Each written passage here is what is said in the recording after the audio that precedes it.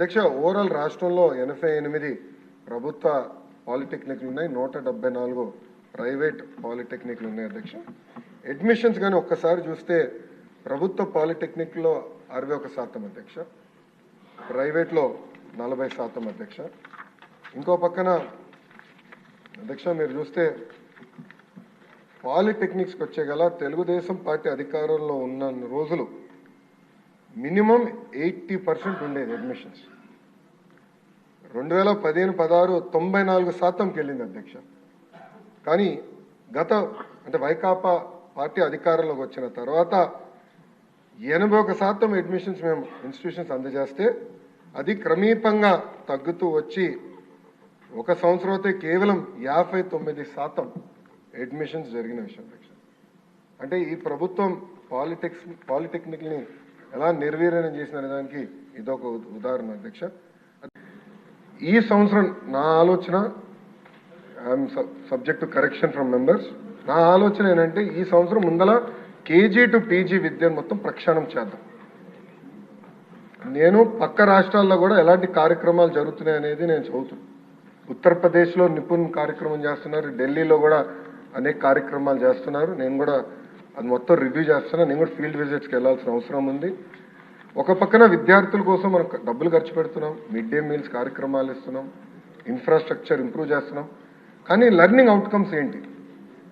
ఎందుకంటే మంగళగిరిలో కూడా నేను ఉపాధ్యాయులను కలిసినప్పుడు వాళ్ళు అదే అడిగారు, 6వ తరగతి వరకు మీరు ఏం నేర్పించకుండా మాకు తోసేసి మంచి మార్కులు రావాలంటే ఎట్లా వస్తాయి? సో లెర్నింగ్ అవుట్కమ్స్ ఎట్లా మెజర్ చేయాలి అని దానిపైన కూడా మేము చర్చిస్తున్నాం. కేజీ టు పీజీ నేను పాదయాత్రలు కూడా చెప్పాను, కరికులంని బలోపేతం చేయాలి, రీవర్క్ చేయాల్సిన అవసరం ఉంది. అది చేసే ముందర పక్క రాష్ట్రాల్లో ఏం జరుగుతుందో కూడా నేను చూస్తున్నాను అధ్యక్ష. దానివల్ల వాళ్ళకి వచ్చిన అవుట్కమ్స్ ఏంటి అనేది మేము చదువుతున్నాం. ఆ మొత్తం రోడ్ మ్యాప్ ప్రిపేర్ చేసి సంఘాలతో కూడా మేము చర్చించి అందరు బయ్యన్ అయిన తర్వాత ఆ రోడ్ మ్యాప్ ప్రజల ముందర పెట్టాలనేది నా లక్ష్యం. దాని తర్వాత ప్రజల దగ్గర నుంచి కూడా అభిప్రాయ సేకరణ చేసిన తర్వాత ఆ కార్యక్రమాన్ని మేము అమలు చేసి నెక్స్ట్ అకాడమిక్ ఇయర్కి తీసుకొస్తాం. అంటే గత ప్రభుత్వం లాగా రివర్స్ టెండరింగ్ అనే హడావిడిగా చేసి పోలవరం ఎట్లయితే సర్వనాశనం చేశారో అలా నేను చేయదలుచుకోవాలి విద్యా వ్యవస్థని. విద్యా వ్యవస్థలో కూడా సిబిఎస్ఈ కరికులం అన్నారు, కొన్ని స్కూల్స్ ఏమో CBSE curriculum with CBSE examination అన్నారు, మళ్ళీ మధ్యలో ఐబీ అన్నారు, తర్వాత టోఫెల్ అన్నారు, డిక్షనరీ అన్నారు. అంటే కొంచెం గందరగోళంగా ఉంది. ఇది మొత్తం కొంచెం స్ట్రీమ్లైన్ చేయాల్సిన అవసరం ఉంది. ఎందుకంటే మన పిల్లల భవిష్యత్తు దీనిపైన ఆధారపడి ఉంది.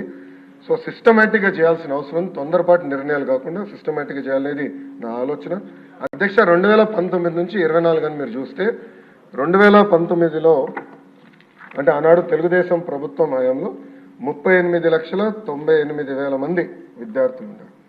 5 సంవత్సరాలు వేల కోట్ల రూపాయలు ఖర్చు పెట్టిన తర్వాత అది 38,26,000 మంది విద్యార్థులకు తగ్గిపోయింది. అంటే 72,117 మంది విద్యార్థులు ప్రభుత్వ పాఠశాలలో తగ్గిపోయారు. ఇది కరెక్ట్ కాదు, అంటే ఎక్కడో లోపాలు జరుగుతున్నాయి, అంటే డౌట్ లేదు. అదేవిధంగా 117 జియో గురించి కూడా సభ్యులు నా దృష్టికి తీసుకొచ్చారు, అది కూడా మేము డిస్కషన్లో ఉంది. దానిపైన కూడా తొందరలోనే ఒక నిర్ణయం తీసుకుంటాం.